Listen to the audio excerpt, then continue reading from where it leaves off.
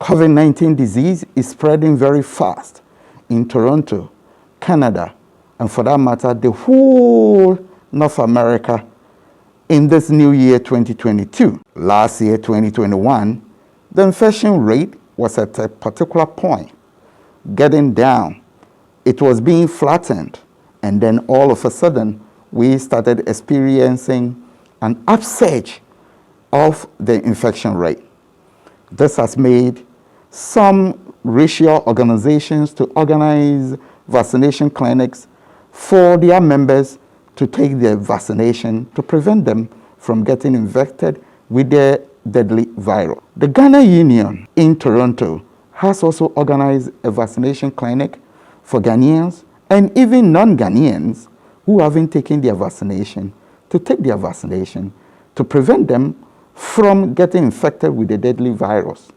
Reporting, my name is Stephen Quaye. The Ghanaian Canadian Association of Ontario also organized vaccination clinics in many cities in Ontario province for members to take their vaccination. The president of the association, Mr. Emmanuel Dodo, visited some of the centers, including the Continuation Church of Ghana in Toronto. I think our goal is to make sure our people are protected. And thank you for doing this. And it is my hope and conviction this message will go out to the entire community that please, if you haven't vaccinated, do that. And if you have your 2 doses, do the 3rd one. And if you are in the community you haven't done it, may you do that as well. So thank you. What we are advising or counseling our people to do is to get vaccinated. That's the first thing we want them to do. That is under our control. We don't have control what will happen in this world. We don't have control over viruses that will happen.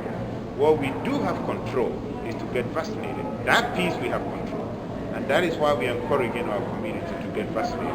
And when we do that, then we've done our best. We've done our part. And we leave everything to whatever happens. Well, my advice to people, whether they have, vaccinated or not, my counsel and my advice to people is to get vaccinated. That's the thing. And what I'm asking them to do is that, regardless of somebody's motivations or their beliefs or what they think vaccine is about, I think it's all about protecting your family, protecting your community, protecting your church, and protecting the bigger community we have, Ghanaian Canadians. If we don't get vaccinated, then we pose a risk to the rest of the community. And guess what? That is not good for us. We don't want to be burying our people because of things that could be prevented. And that is why we're asking people to get vaccinated. Well, I don't know, but it will depend on how this thing pans out. Nobody wants to be restricted. But if that is what is needed to give us a temporary reprieve or give us some temporary protection while we can ensure that we're all protected, then we're all for it. Really, I'm not in support of absolute, restrictions, but at the same time, I want to make sure that we have protection for our people. So that's the key. The bigger community, that community needs to be protected. No, this is not a government thing. This is it's a civic responsibility. We are not talking about government. We are talking about people. When you look at the staggering number of people who are passing this world, it is not about, government. It's about our community. The reason why we are all here is to protect our community, not to protect government. Certainly, it hasn't been easy experiencing a pandemic that brought total lockdown in all over the world. But we have to remain strong and follow health protocols in order to ensure safety in our own lives, our various communities, and our future. Stephen Quaye reporting. The global COVID-19 pandemic has affected all of us differently, and Ghanaians in foreign destinations such as Canada are not exceptional. For some, it meant closure of businesses, laid off from work, cancellation of summer plans, not being able to return from foreign trips, struggling with online learning, and engaging with new hobbies. Before the COVID-19 hit, Ghanaians in Toronto live responsible and eventful lives.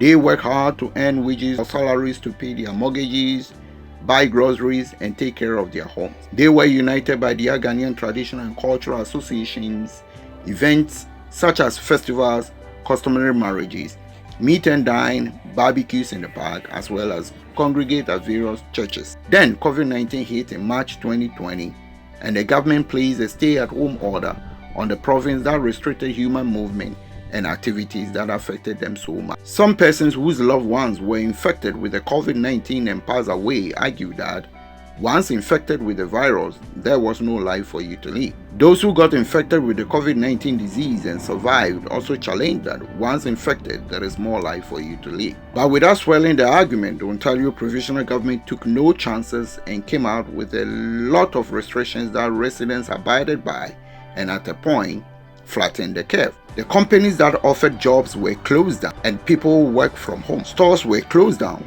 and businesses done online. Schools were closed down and teaching and learning were done on. Also, public parks and halls were closed down and people could not celebrate their festivals, marriages and parties and could not visit their own friends and loved ones. Etobicoke General Hospital is one out of the 40 general hospitals in Greater Toronto Area (GTA) that took care of COVID-19 infected patients at ICU and light unit areas. Frontline workers discharge their duties behind glass panels in order not to infect people with COVID-19 or get infected, same as storekeepers, in order not to spread the deadly virus. When the GTA became a hotspot recently, St. John's ambulance paramedics busily attended to patients in various parts of the city. They rescued lives, prepared patients, and transported them to the hospitals for treatment. COVID-19 testing centers throughout the province busily tested patients for them to know their status. Ontario Bylaw 514 that ordered everyone to wear masks, hanged on doors with hand sanitizers at entry and exit points of buildings. Essential workers that were allowed to go to work were mandated to wear face masks or not allowed on public transport buses to and from work. COVID-19 protocols were strictly observed on the buses as some ran empty because residents stayed at home. All non-essential stores in shopping malls were closed down or fined not less than 10,000 Canadian dollars for doing non-essential businesses. The food courts in the malls where families gathered and had dinner were closed down. Fast food restaurants and joints in the malls were also closed down to in-dining but were allowed to sell to the public by pickup only, while cinemas and theaters were also closed down. Sadly, children play stations were closed down and cordoned off as they could not go to entertain and have fun. As businesses were moved to online, teller machines at the banks were idle, where essential stores such as no frills were allowed to open to the public. All busy subways and trains ran almost empty or half empty because people stayed home. Streets of downtown Toronto that never sleeps were silent. Beautiful skyscrapers used as offices were vacant where workers stayed home. The most beautiful Asian St. Lawrence Market in downtown was also closed down. Mainly for students, COVID-19 has been especially difficult as they started a new school year with online classes. As they decide, socialize and reconnect with friends becomes ever present. During summer, people come from all walks of life to picnic in the park, which offered them the opportunity to meet old friends and socialize. These banquet halls, picnic parks, and malls recorded events on a daily basis, and people were often seen patronizing these places. Since COVID, life has been so hard, standstill, and everything is very hard. You can't even see your own brother or your own family if they don't live with you. I think COVID has come to stay with us.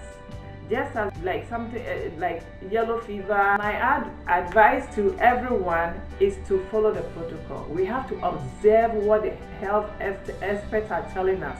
The way we were all together each other to see each other in the group or the society, that COVID came and caught things up in between our society, especially our funeral, our parties, our weddings and all this, and we're not able together or we're not able to come close to each other.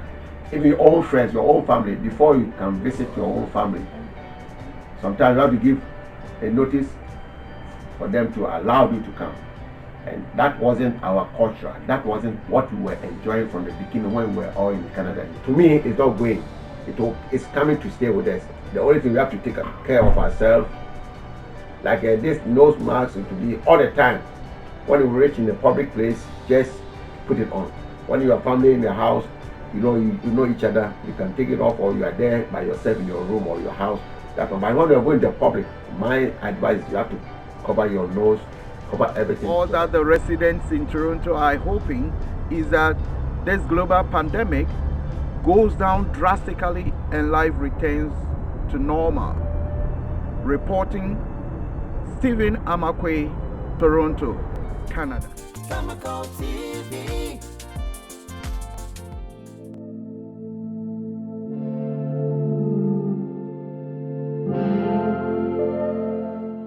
The president of Ghana, Nana Addo Dankwa Akufo-Addo's free SHS, is producing a lot of results in Ghana.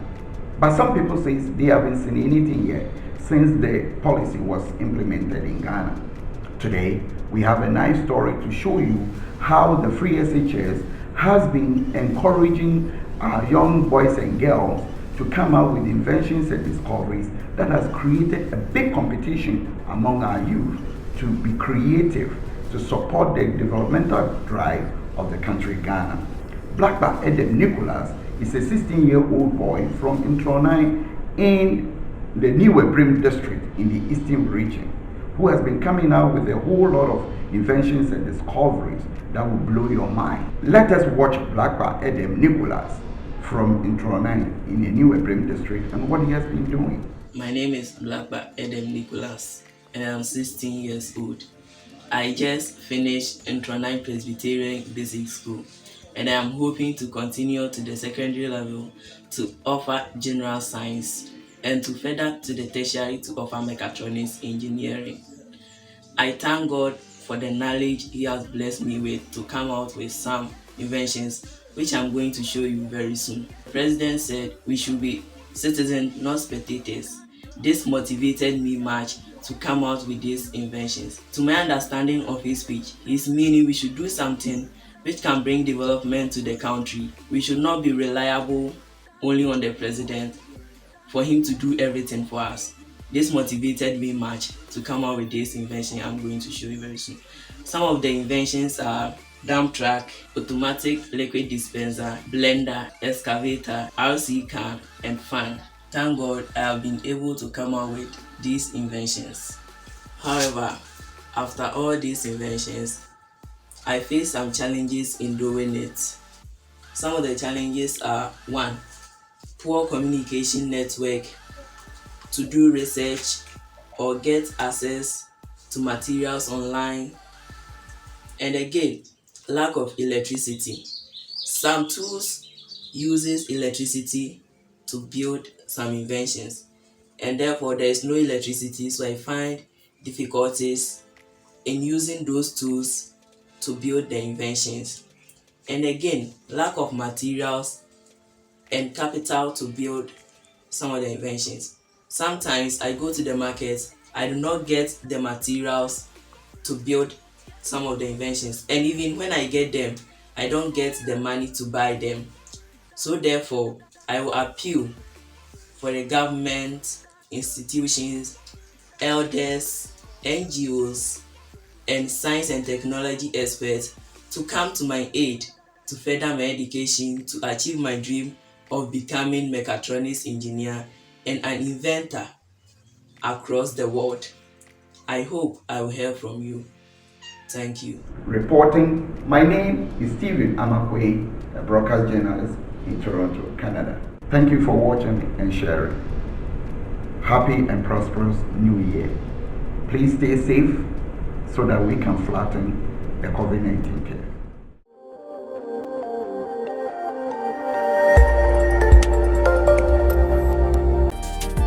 Khemical TV. Khemical TV. Khemical TV.